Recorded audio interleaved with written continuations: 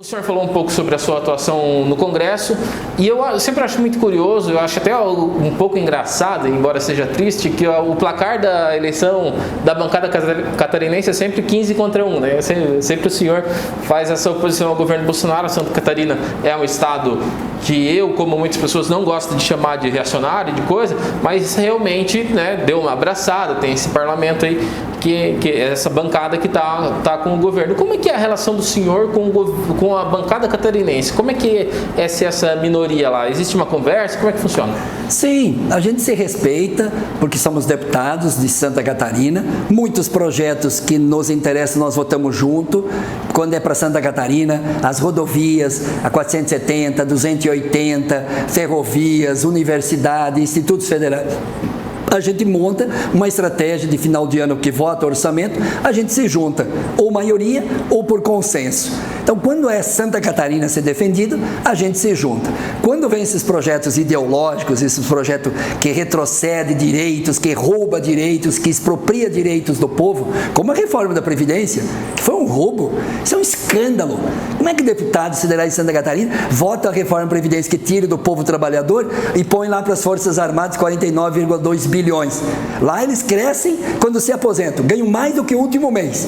E o trabalhador aí, no dia a dia das indústrias aqui de Joinville, de toda a região do nosso estado, do nosso país, perde, trabalha 5, 10, 15 anos a mais para se aposentar, com uma base de cálculo não mais sobre os 80% do salário, mas sobre os 100%, e com aposentadoria menor em 65 anos.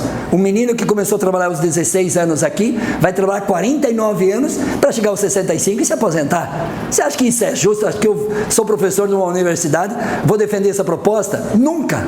Nunca, não foi para equilibrar a Previdência, porque se fosse para equilibrar a Previdência, eles não tinham dado tanto benefício para as Forças Armadas. Então eu votei contra, mas os outros deputados, todos aí de Santa Catarina, neoliberais, votaram a favor. A reforma trabalhista, o congelamento para 20 anos de investir em saúde e educação. Pergunta para o empresário Joinville, fica 20 anos sem investir nas empresas. Fica um carro sem investir 20 anos para consertá-lo.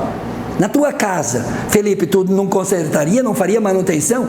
Quebra uma telha, tu não faz manutenção? Então, não investir 20 anos na saúde, na educação, na assistência, você acha que como é que eu, pela minha história, vou votar a favor? Então, fico às vezes 15-1. E os deputados que se relacionam com o governo têm posição ideológica, ou por interesses, ou porque cada votação dessas é 10 milhões a mais, 20 milhões a mais, para ele distribuir para suas bases, para continuar deputado. Se era tão boa essas leis, por que tem que comprar deputado lá na Câmara? Eu gostaria de perguntar justamente sobre, a minha próxima pergunta era justamente sobre isso, né? Daí vamos engatar, já que o senhor já está nessa linha. Como o senhor vê essa dinâmica do parlamento, que tem do orçamento secreto? Como é que o senhor está vendo isso lá? O senhor faz uma análise como queira disso? É um escândalo, por duas razões. Primeiro, o Bolsonaro se fragilizou, ia ser impeachmentado por todas as besteiras que fez na pandemia, nessa tragédia humana, mais de 2.000 mortos em Joinville, não é isso? Isso é um escândalo. 1.500 podiam estar vivos junto conosco agora, e é amor de alguém, é de uma família, de uma história. Aqui, cada um tem sua história. Então, ele perdeu o apoio, tentou dar golpe em 7 de setembro, perdeu mais apoio ainda. Em vez de ter impeachment contra ele, fez o quê? Sentou no colo do Centrão. Para sentar no colo do Centrão e manter-se presidente, o que ele fez?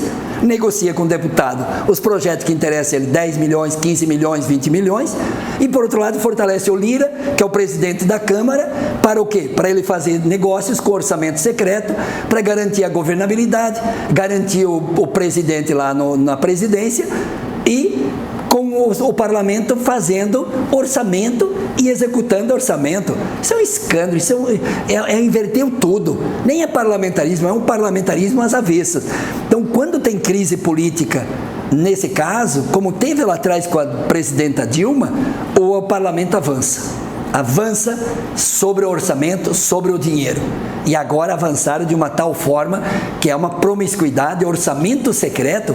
O dinheiro não é público, o dinheiro não são os impostos teu, de todo o povo brasileiro, não deve ser transparente em tudo.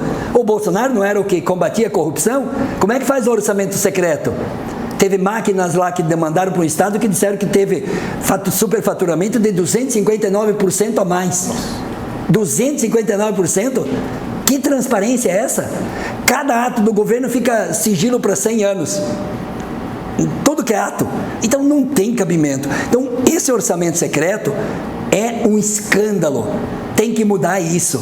Os deputados têm que fazer leis. O deputado tem que proteger o povo. Tem que fazer SUS, educação pública, universidade pública, FIES, ProUni, apoiar a agricultura, apoiar o setor de geração de emprego, apoiar a ciência, apoiar a tecnologia, apoiar a industrialização desse país, apoiar as iniciativas como Minha Casa Minha Vida, a construção civil que gera emprego rápido. Nós temos que discutir os grandes projetos para o país, cuidar do meio ambiente, cuidar do futuro desse país.